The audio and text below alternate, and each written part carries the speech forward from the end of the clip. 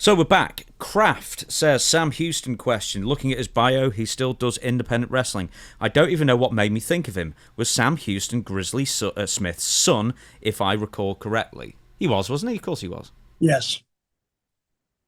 Even in the wrestling business, you don't believe nothing just because somebody tells you something's true. Of course, you got to do your independent research.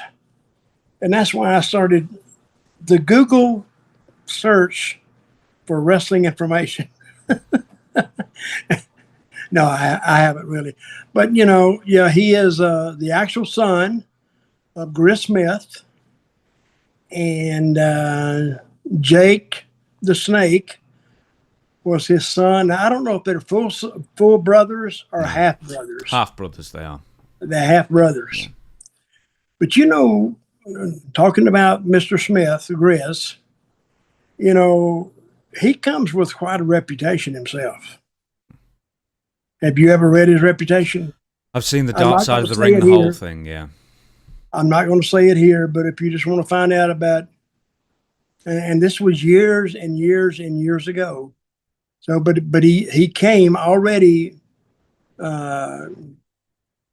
decked out and with some rumors about him. So, and if you want to find out what those rumors were, you can just go look him up. Yeah. So I think he's been charged a couple of times with it. So we'll go from there. Yeah. With that being said, did you ever wrestle Sam Houston? Oh, yeah. How was he to wrestle? Because I just remember him being tall and skinny. He was tall and skinny. But, he was a great baby face. He'd go out there, he'd hug all the women. The uglier the woman, the more he'd hug them. Because he'd say, well, he paid me some attention. I'm going to go buy his picture. How much is his picture? $10 or $5. I'm going to get him to sign it. Oh, he'll sign it, And if he's got any more gimmicks on the table, they're going to buy that stuff because he paid them attention.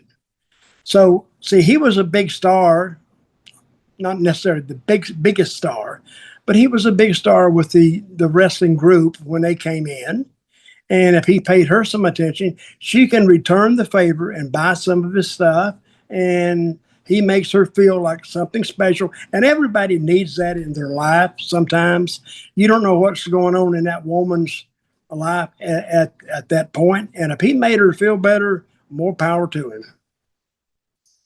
Was he in Florida with you before Mid-Atlantic? Probably. I'm just looking here. But I remember... I don't remember. I'm remembering. I don't know where it was. I think it was Florida. But he's like 6'5", 6'6", his arms and legs. But he won't kill you, and he's got a lot of energy and he knows what he's doing. And so And it's one thing to know when you go into the ring against a guy that you're going to come out on the other end, in the same shape you went in on. He's not going to kill you. He's not going to kick your head off. He's not going to drop an elbow and smash. He's not going to punch you in the eye, the mouth, or the solar plexus, or the nuts, or anything else. Whatever thing that he does, he's going to be well placed and safe. That's all I needed to know. And he knew what he was doing because he could really get a crowd up. Mid-Atlantic, I'm sorry, is where you shared a locker room, not in Florida. He left the year before you arrived. He left, I think, the same year you arrived. He left in '84. You arrived later. I'm trying to think. He just seemed to disappear by the late '80s. I think he said himself that he had drinking issues, and which didn't happen. Yeah, I think. And after he got out of it, I don't think he really wanted to get back in it. Because I'm going to tell you guys, you can have your own ideas about the wrestling life. Some people like it. Some people really don't care for it. Some people don't like being on the road every day. See, I didn't mind it. But some guys didn't want to be on the road every day. They didn't want to do all the miles. Some guys wanted to have a family, wanted to settle down. I don't blame them for that. And you either belong or you don't belong. And I think he was one of those. I think he got married, and I think maybe his wife said, I don't want you to be gone. I don't like you to be gone a lot." And he took her sentiments in hand and got off the road.